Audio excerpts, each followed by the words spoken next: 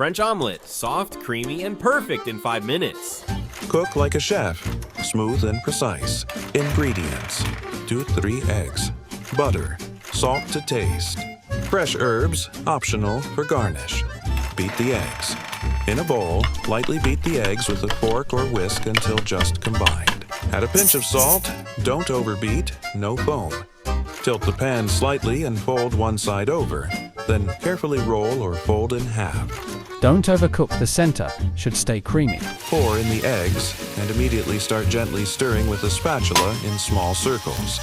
This keeps the texture creamy. As soon as the eggs begin to thicken but are still slightly wet, stop stirring. Low heat is key. It gives you time to control texture. Tilt the pan slightly and fold one side over, then carefully roll or fold in half.